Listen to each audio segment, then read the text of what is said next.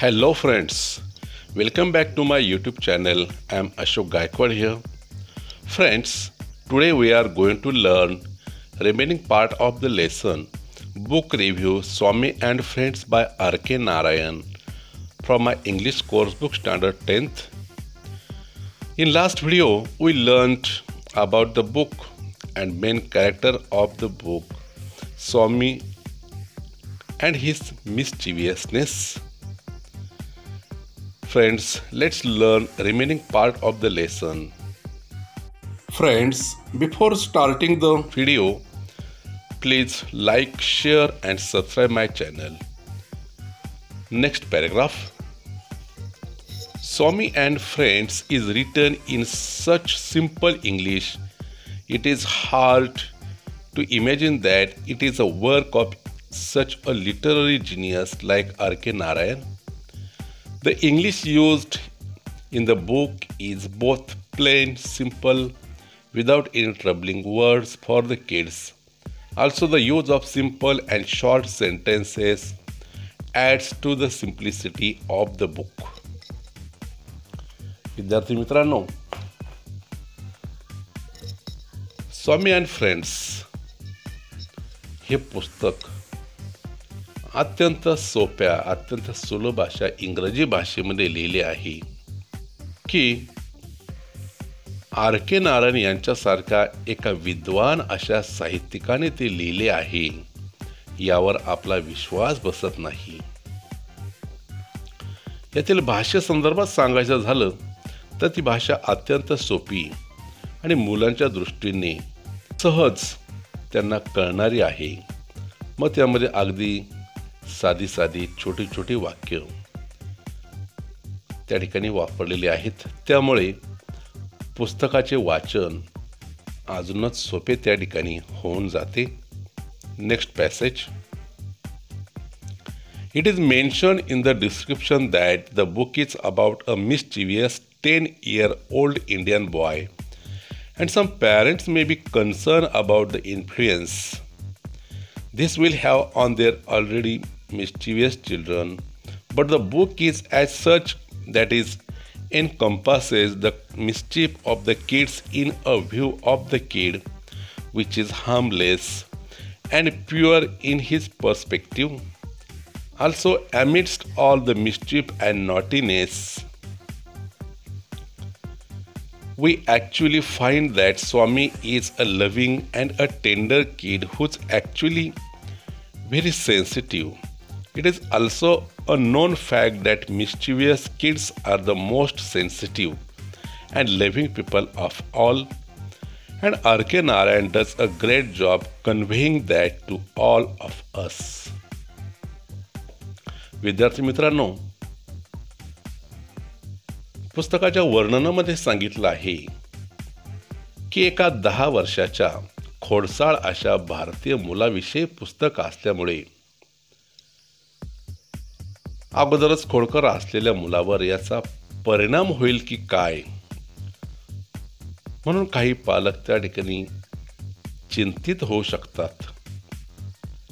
पण या मुलांच्या खोड्या अतिशय शुद्ध आणि अगदी निरुपद्रवी हेतूने केलेले असल्याचे या पुस्तकातून दर्शवण्यात आलेले आहे. आणि मग त्यामुळे खोड्या मस्ती करणारा स्वामी हा खूप प्रेमळ, सेन्सिटिव्ह म्हणजेच अगदी हळवा आणि तितकाच संवेदनशील मुलगा आहे हेही यामधून आपल्याला जाणवते. आणि मग यामध्ये दुसरी गोष्ट तीही खरी आहे की खोडसाळ मुले सर्वात जास्त संवेदनशील आणि प्रेमळ असतात. आणि हीच गोष्ट आपल्यापर्यंत पोहोचवण्याचा अत्यंत महत्त्वपूर्ण कार्य R.K. नारायण यांनी या कथेतून केलेले आहे. थोडक्यात, जरी स्वामी हा अत्यंत खोडसाळ मुलगा जरी असेल, परंतु मनाने अत्यंत हळवा आणि संवेदनशील कसा आहे हे यामधून R.K. नारायण यांनी सांगितलेलं आहे. So in conclusion, it can be said that this book is a good read for children of all ages who may just enjoy a good read or who may want to improve their English skills.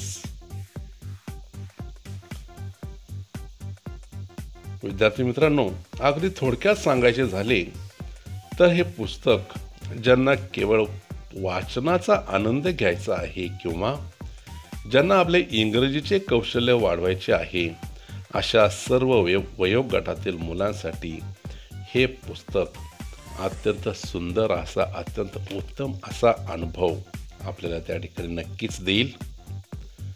About the author. आता या ठिकाणी लेखकांबद्दल थोडीशी माहिती सांगितलेली बघा. The author of Swami and friends is India's one of the greatest authors of all time, R.K. Narayan. R.K. Narayan is responsible for many of the outstanding literary works India has ever produced. And this book in particular captures the essence of India under British ruling and the mind and life of a typical teenage kid. मित्रांनो, स्वामी and friends या पुस्तकाचे लेखक R.K. Narayan हे भारतातील सर्वकालीन महान लेखकांपैकी एक आहेत आणि भारतामध्ये आजपर्यंत निर्माण केलेल्या किंवा लिहिल्या गेलेल्या वाङ्मयीन कार्यामध्ये R.K. नारायण यांनी अनेक उत्कृष्ट लेखन केलेले आहे. आणि या पुस्तकाबद्दल सांगायचे झाले तर इंग्रजांच्या आधिपत्याखाली असणाऱ्या भारतातील विशिष्ट अशा किशोरवयीन मुलाच्या भावना आणि त्यांचे जीवन यांचा सार या पुस्तकामध्ये आपल्याला दिसून येईल. इसेन्स मीन्स स्पिरिट, सार. Other great works by Narayan include. R.K. Narayan यांच्या कार्यामध्ये किंवा त्यांच्या लिखाणामध्ये पुढील काही गोष्टींचा, पुढील काही पुस्तकांचा अंतर्भाव केला जातो बघा. Malgudi days, the guide, the painter of science and many more literary works such as the Ramayana, a shortened modern prose version of the Indian epic, and the Mahabharata, a shortened modern prose version of the Indian epic. Go take a look at them if you are interested.